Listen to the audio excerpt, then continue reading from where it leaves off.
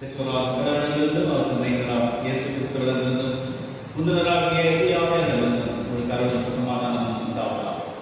நல்ல மகிழ்ச்சியான புதிய மாதத்தின் முதலாம் நாளிலும் நாம் கர்த்தருடைய சமூகத்திலே இல்லங்களிலிருந்து இந்த உலகத்தின் சூழல் மத்தியிலே கடவுள் நம்மை வழிநடத்தினதை எண்ணி நன்றி சொல்லும்படியாக கர்த்தர் தந்திருக்கிற புதிய மாதத்திலும் நம்முடைய இல்லங்களை அவருடைய வாசம் பண்ணுகின்ற இடமாக நம்முடைய உள்ளங்களை அவருடைய ஆலயமாக மாற்றி இந்த புதிய மாதத்தின் முதலாம் நாளிலும் அவருடைய சமூகத்திலே நம்மை அர்ப்பணிப்போம்.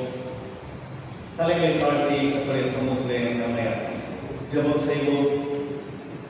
நேற்று என்று மாறாத இருக்கிற எங்கள் அன்பின் ஆண்டவரே, புதியவர்களுக்கு பார்க்கிறதே இந்த நல்ல மகிழ்ச்சியான புதிய மாதத்தின் முதலாம் நாளிலும் கர்த்தருடைய சமூகத்தை நாம் நோக்கி பார்க்க முடியாது. இந்த புதிய வருடத்தில் இந்த 6 மாதங்களை நாங்கள் கடந்து வரவும் உலகத்தின் இந்த அசாதாரணமான சூழலில் மத்தியிலும் தேவனுடைய கிருபையுள்ள கடமைகளை பாதுகாத்து ஏதை சுமந்து தப்புவித்து இந்த நல்ல நாளிலும் நாங்கள் நன்றி சொல்லும்படியாக எங்கள் வாழ்வில் கடவுள் அருளே இருக்கின்ற ஜீவன் சுகம் பெற எல்லாவற்றுக்குமாய் உள்ளத்தை நாடத்திற்கு நன்றியோடு மைத்திருக்கிறோம் சுவாமி.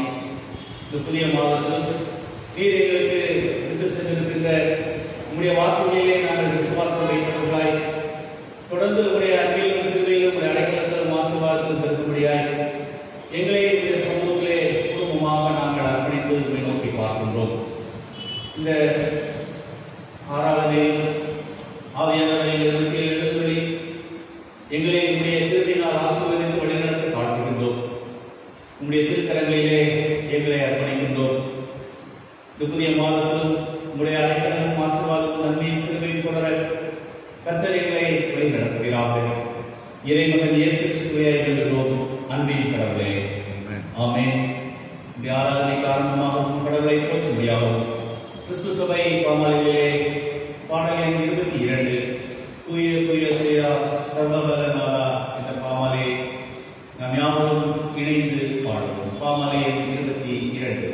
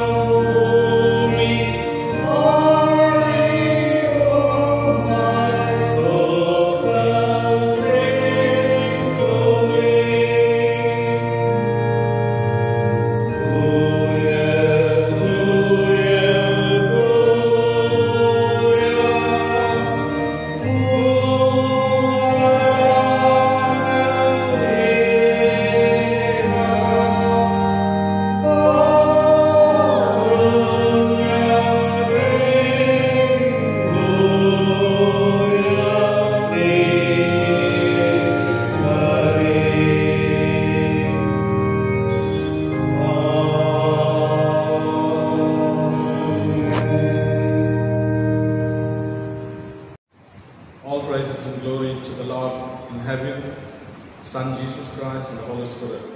சபையார் எல்லோருக்கும் கூட இந்த தினத்தும் கூட ஒரு முக்கியமான அறிவிப்பை தெரிவிக்க உங்கள் முன்னாக வந்திருக்கிறேன். நமக்காக கடவுள் மூலமாக அனுப்பப்பட்ட மற்றொரு ஊழியக்காரர் நம்மளோடு நிச்சயமாக தொடர்ந்து சேவை செய்ய டயசிஸ்னால் அனுப்பப்பட்டிருக்கிற ஐயா அவர்களை வரவேற்பதில் மகிழ்ச்சி அடைகிறேன். அவர் இதற்கு முன்பாக கோம்பை பாஸ்டேட்டு ஒர்க் பண்ணிட்டு இருந்தாங்க. இப்போ ஜஸ்டின் சகாயராஜ் ஐயாவை வரவேற்பதில் அவர் குடும்பத்தார் அனைவரையும் கூட வரவேற்பதில் மகிழ்ச்சி அடைகிறேன்.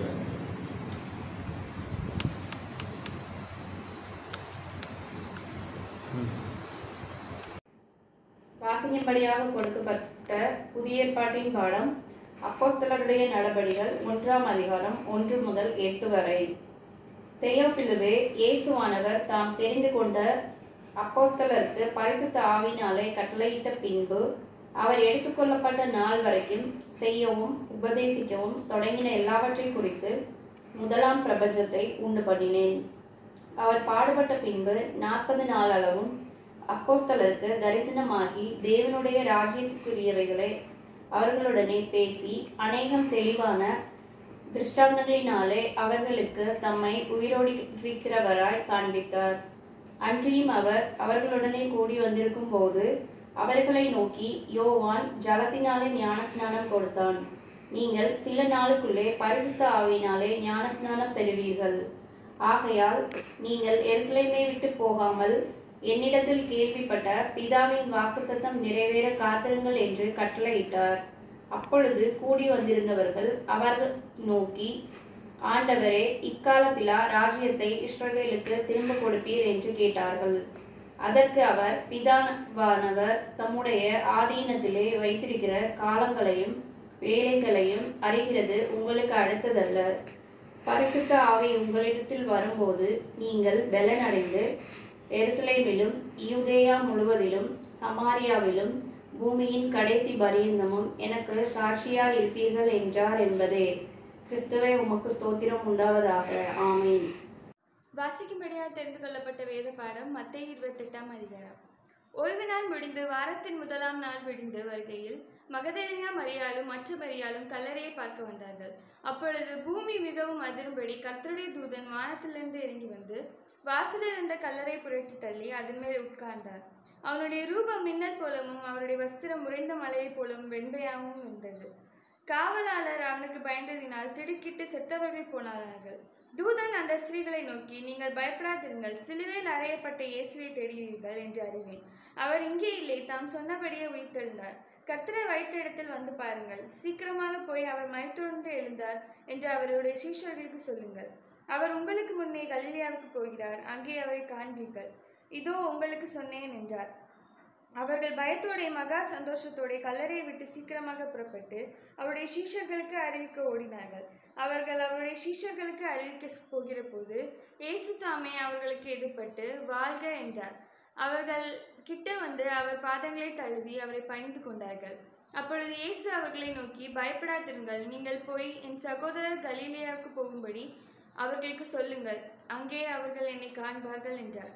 அவர்கள் போகையில் காவல் சேவகர்கள் சிலர் நகரத்துக்குள்ளே வந்து நடந்த யாவற்றையும் பிரதான ஆசிரியருக்கு அறிவித்தார்கள்.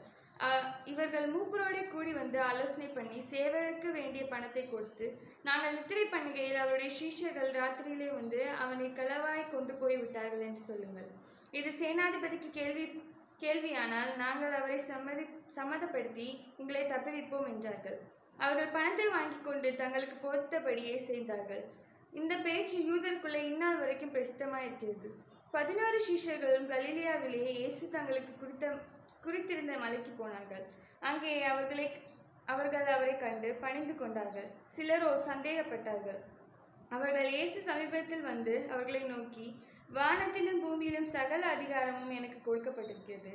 ஆகையால் நீங்கள் புறப்பட்டு போய் சகல ஜாதிகளையும் சீஷராக்கி பிதா, குமாரன், பரிசுத்த ஆவியின் நாமத்தினாலே அவர்களுக்கு ஞானஸ்தானம் கொடுத்து, நான் உங்களுக்கு கட்டளையிட்ட யாவையும் அவர்கள் கை கொள்ளும்படி அவர்களுக்கு உபதேசம் பண்ணுங்கள். இதோ உலகத்தின் முடிவு பரியந்தும் சகல நாட்களையும் நான் உங்களோடு கூட இருக்கிறேன் என்றார். ஆமேன். வாசிக்கும்படியாக கொடுக்கப்பட்டுள்ள வேத பாடம் வாசித்தாயிற்று. தேவனே உமக்கு மகிமை உண்டாகுகிறது.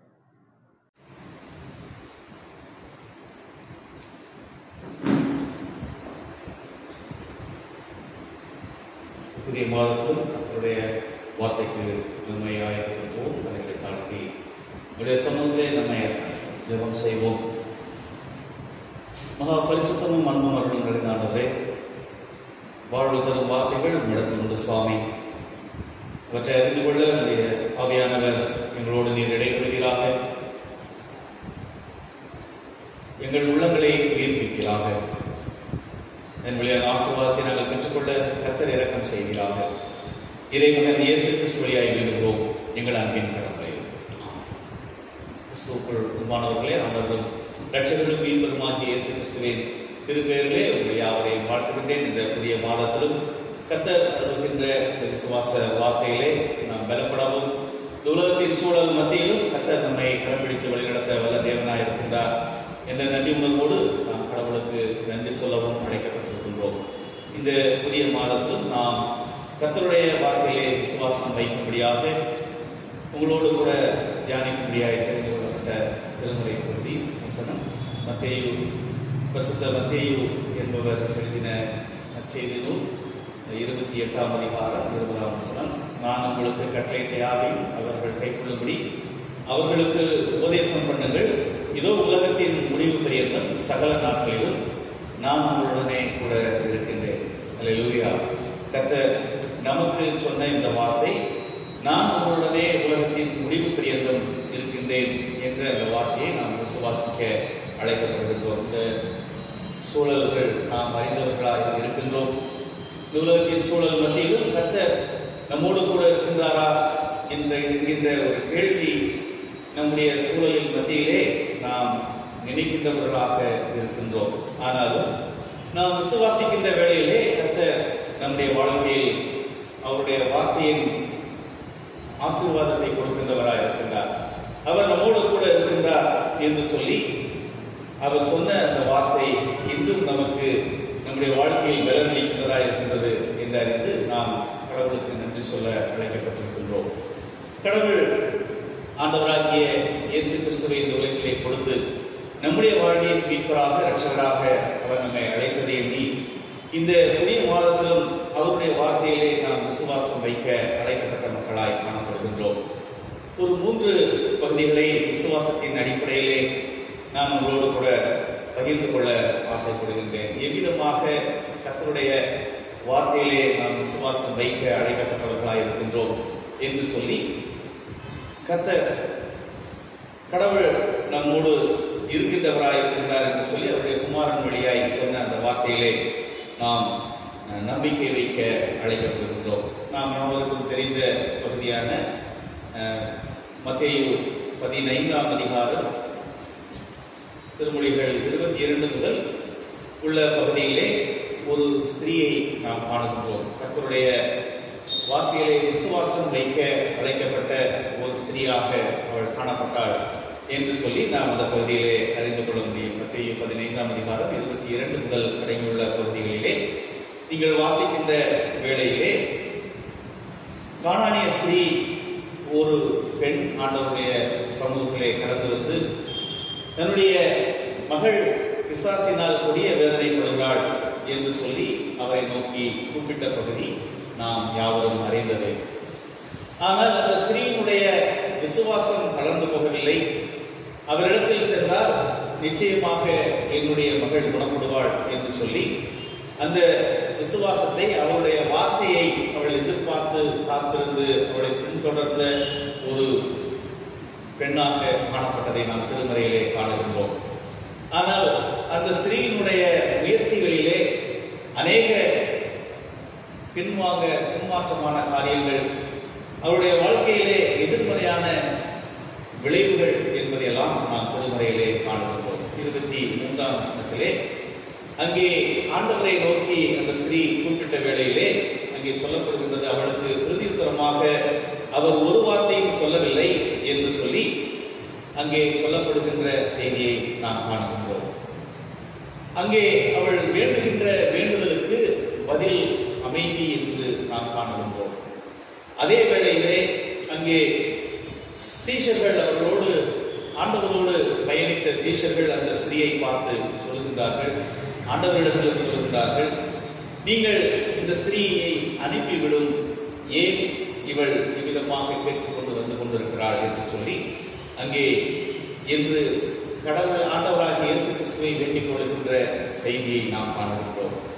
அவளுடைய வேண்டுதலுக்கு முதலாவதாக கிடைத்தது ஒரு அமைதி, இரண்டாவதாக அவள் பெற்றுக்கொண்டது ஒரு எதிர்மறையான செயல் என்று நாம் காணுகின்றோம். மூன்றாவதாக நாம் காணுகின்ற வேளையிலே 24ஆம் வசனத்திலே அவர் காணாமல் போன ஆடாகிய இஸ்ரவேல் வீட்டார்களுக்கு அனுப்பப்பட்டேனே என்று மற்றபடி அல்ல என்று ஒரு எதிர்மறையான ஒரு பதிலை அங்கே பெற்றுக்கொள்கின்ற அந்த ஸ்திரீயை நாம் காணுகின்றோம். அவள் கர்த்தரிடத்திலே வைத்திருந்த அந்த விசுவாசம், அவருடைய வார்த்தை என்னோடு கூட இருக்கும் என்று சொன்னால் நிச்சயமாக என்னுடைய மகள் பிழைப்பாள் என்று சொன்ன அந்த நம்பிக்கை அங்கே சீர்குலைந்து போகின்ற ஒரு சூழலில் மத்தியிலும் அங்கே அவள் தொடர்ந்து அங்கே உதவி செய்யும் என்று வேண்டிக் கொள்கின்ற செயலை நாம் காணுகின்றோம். ஆண்டவர் அதற்கும் பதில் கொடுக்கின்றார். 26ஆம் வசனத்திலே பிள்ளைகளின் அப்பத்தை எடுத்து நாய்க்குட்டிகளுக்கு போடுகிறது நல்லதல்ல என்று சொல்லி அங்கே சொல்லுகின்ற ஒரு செய்தியை நாம் காணுகின்றோம். அவள் சொல்லுகின்ற பதிலும், கடவுள் ஆண்டவராக இயேசு கிறிஸ்து சொல்லுகின்ற பதிலும் அந்த ஸ்திரீயினுடைய விசுவாசத்தை அசைக்கிறதா இருக்கிறது. ஆனாலும் அங்கே அவள் தொடர்ந்து ஆண்டவரிடத்திலே சென்று அங்கே வேண்டுகின்ற ஒரு செயலை நாம் காணுகின்றோம். நாய்க்குட்டிகள் எஜமானின் மேஜையிலிருந்து விழும் துணிக்கைகளையும் பெற்றுக்கொள்ளும் அல்லவா, அவ்விதமாக என்னை நீர் காணும் என்று சொல்லி இங்கே சொல்லுகின்ற செய்தியை நாம் காணுகின்றோம். ஆண்டவராகிய இயேசு கிறிஸ்து விசுவாசம் என்றால் என்ன, அவருடைய வார்த்தையிலே நம்பிக்கை வைப்பது எவ்விதம் என்பதை இந்த ஸ்திரீயின் வழியாக நம்முடைய சீடர்களுக்கு மாத்திரமல்ல, தன்னுடைய விசுவாசம் என்னுடைய வார்த்தையின் மீதான விசுவாசம் விதமாய் காணப்பட வேண்டும் என்று சொல்லி அங்கே அந்த ஸ்திரீயின் வழியாக பிறருக்கும் கற்றுக் கொடுக்கின்ற ஒரு செய்தியை இந்த பகுதியிலே நாம் காணுகின்றோம். ஆண்டவராகிய இயேசு கிறிஸ்து சொல்கிறார், உன் விசுவாசம் பெரியது என்று சொல்லி, நீ விரும்புகிறபடி உனக்காக கடவுது என்று சொல்லி அங்கே சொல்லுகின்ற ஒரு செய்தியை நாம் காணுகின்றோம். அன்புக்குரியவர்களே, கர்த்தருடைய வார்த்தை நமக்கு பலன் அளிக்கிறதா இருக்கின்றது. ஆண்டவர் நம்முடைய விசுவாசத்தின் பலனை நமக்கு கொடுக்கின்றவராக இருக்கின்றார். அவர் உடனே கூட இருக்கின்றேன் என்று இந்த புதிய மாதத்திலே அவர் வாக்கு செய்த கடவுளாக இருக்கின்றார். அவருடைய வார்த்தையிலே நாம் விசுவாசம் வைக்கின்ற வேளையிலே அங்கே அவருடைய செயல்பாடுகள் நம்மோடு கூட இருக்கின்ற கடவுளாக நம்மை வழிநடத்துகின்றவராக இருக்கின்றார் என்று சொல்லி நாம் கடவுளுக்கு நன்றி சொல்ல அழைக்கப்படுகின்றோம். இந்த புதிய மாதத்திலே நம்முடைய செயல்களிலே அநேக தடைகள், நம்முடைய வேண்டுதல்களிலே அமைதி, நம்முடைய செயல்பாடுகளிலே எதிர்பார்த்திருக்கின்ற காரியங்களிலே எதிர்மறையான விளைவுகள் வந்தாலும் ஆண்டவர் மீது, அவருடைய வார்த்தையின் மீது நாம் நம்பிக்கை வைக்கின்ற வேளையிலே கர்த்தர் அவைகளை ஆசீர்வாதமாக மாற்றி கொடுக்கின்றவராக இருக்கின்றார், விடுதலையை கொடுக்கின்றவராக இருக்கின்றார். நம்முடைய வாழ்விலே இன்னுமாய் அவருடைய விசுவாசத்திலே நன்மைகளை பெற்றுக்கொள்ள கிருபை செய்கின்ற கடவுளாக இருக்கின்றார் என்று சொல்லி அறிந்து நாம் கடவுளுக்கு நன்றி சொல்ல அழைக்கப்படுகின்றோம். ஆண்டவராகிய இயேசு கிறிஸ்து இந்த உலகத்தை விட்டு செல்லுகின்ற வேளையிலே அவர் சொன்ன அந்த வார்த்தை, நான் உலகத்தின் முடிவு பரியந்தம் உங்களோடு இருக்கின்றேன் என்ற அந்த வார்த்தையை நாம் இந்த புதிய மாதத்திலே விசுவாசிக்கவும், தொடர்ந்து அவருடைய கிருபையிலே பெருகவும், நாம் இந்த கானானிய ஸ்திரீயின் விசுவாசத்தை போல நாம் முன்னேறி செல்லவும் நாம் இந்த கிருபை நாட்களிலே அழைக்கப்பட்ட மக்களாய் காணப்படுகின்றோம். அவருடைய வார்த்தையிலே நாம் விசுவாசம் வைப்போம். இந்த புதிய மாதத்திலும் கர்த்தர் உங்களோடு கூட இருக்கின்றார். உங்களோடு கூட இருக்கின்றவர் உங்களை வழிநடத்துகின்றவராக இருக்கின்றார். உங்களோடு கூட இருக்கின்றவர் நமக்கு காக்கும்படி இருக்கின்ற கடவுளாக இருக்கின்றார். சங்கீதம் 23:4 அதிகமாக அவர் சொல்கிறார், உனக்கு சகாயம் பண்ணும்படியாக நம்மோடு கூட இருக்கின்ற கடவுளாக இருக்கின்றார். நம்மை சோதனைகள் ஒன்றும் சேதப்படுத்தாதபடிக்கு நான் உன்னோடு கூட இருக்கின்றேன் என்று சொல்லி ஆண்டவர் சொல்லுகின்றதை நாம் காணுகின்றோம். ஏசாயா 43ஆம் அதிகாரம் 2ஆம் வசனத்திலும் கர்த்தர் சொல்லுகின்ற செய்தியை நாம் காணுகின்றோம்.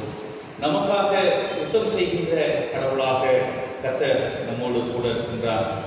உபாகமம் 20ஆம் அதிகாரம் 4ஆம் வசனத்திலே இங்கே சொல்லப்படுகின்றது. யாத்ராகமம் 14:14 இங்கே சொல்லப்படுகின்றது, கர்த்தர் உங்களுக்காக யுத்தம் செய்வார், நீங்கள் சும்மா இருப்பீர்கள் என்று நாம் கர்த்தருடைய வார்த்தையிலே விசுவாசம் வைக்க அழைக்கப்படுகின்றோம்.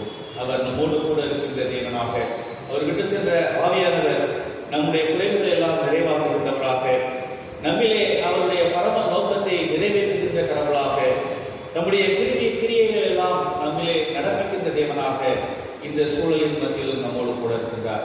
இந்த புதிய மாதத்திலும் குறைவெல்லாம் நிறைவாக்குகின்றவர், நம்மோடு கூட இருக்கின்றவர், நம்முடைய வாழ்விலே பலனை கொடுக்கின்றவர், நம்மை சோதனைகள் எல்லாவற்றிலும் இருந்து விலக்கி பாதுகாக்கின்றவர், நமக்காக யுத்தம் செய்கின்றவர் நம்மோடு கூட இருப்பதினால் நாம் அவரை நன்றிதோடு புதிய மாதத்திலே ஸ்தோத்திரிப்போம். அவருடைய கிருபையின் கரம் திருச்சபையின் குடும்பங்களை ஆசீர்வதித்து பாதுகாத்து வழிநடத்த கர்த்தர் கிருபை செய்வாராக. கர்த்தர் தாமே இந்த புதிய மாதத்திலும் அவருடைய நன்மையினாலும் கிருபையினாலும் அடைக்கலத்தினாலும் உங்களை ஆசீர்வதித்து பாதுகாத்து வழிநடத்துவாராக. ஆமென். தலைகளை தாழ்த்தி நாம் ஜெபம் செய்வோம்.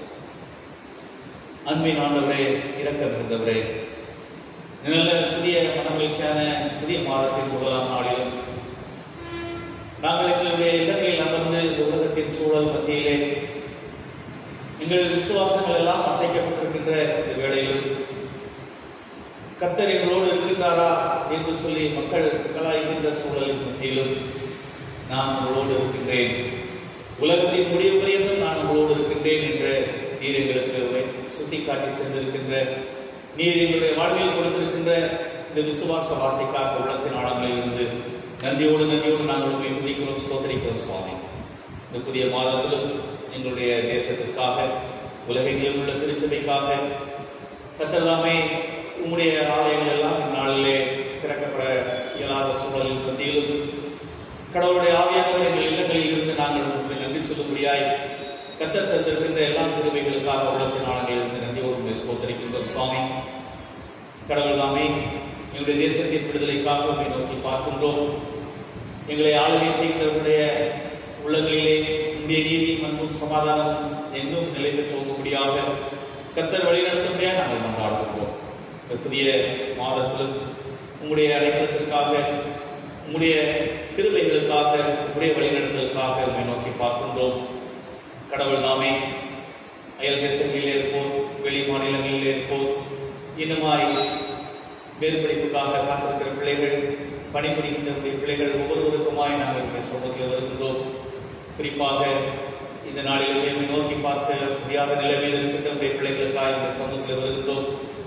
யாரால் என்னென்ன சூழ்நிலைகளால் நோக்கி பார்க்க முடியாமல் இருக்கின்றார்களோ கர்த்தருடைய வல்லமையின் கரம், வழிநடத்தும் கரம், விடுவிக்கும் கரம், பாதுகாக்கும் கரம் அவர்களோடு கூட இந்த வழிநடத்த நீர் இரக்கம் பாராட்ட முடியாது நாங்கள் ஜெபிக்கின்றோம்.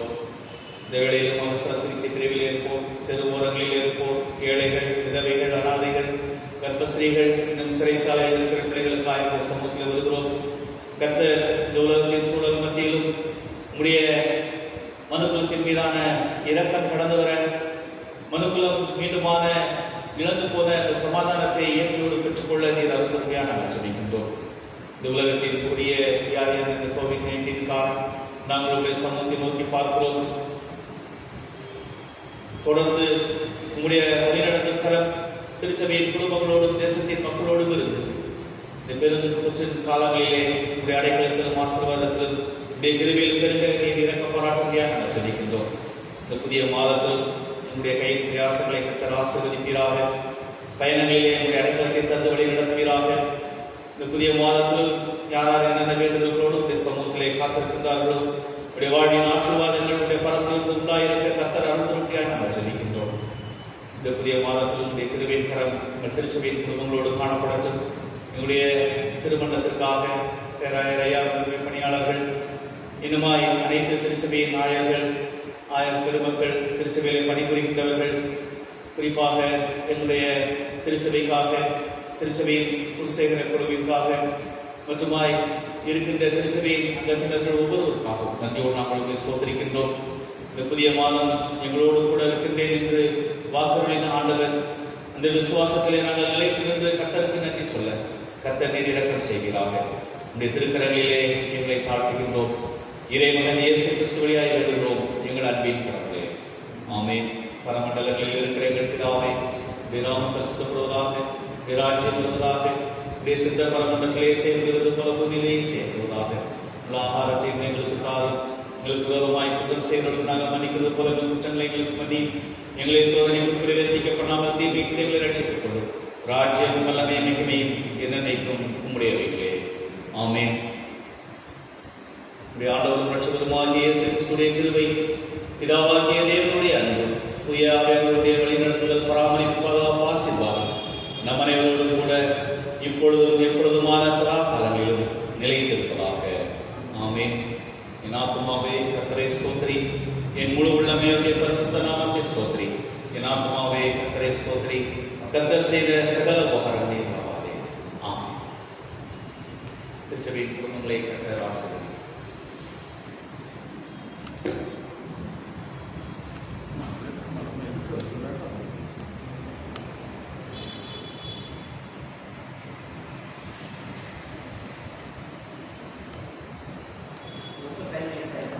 இல்லை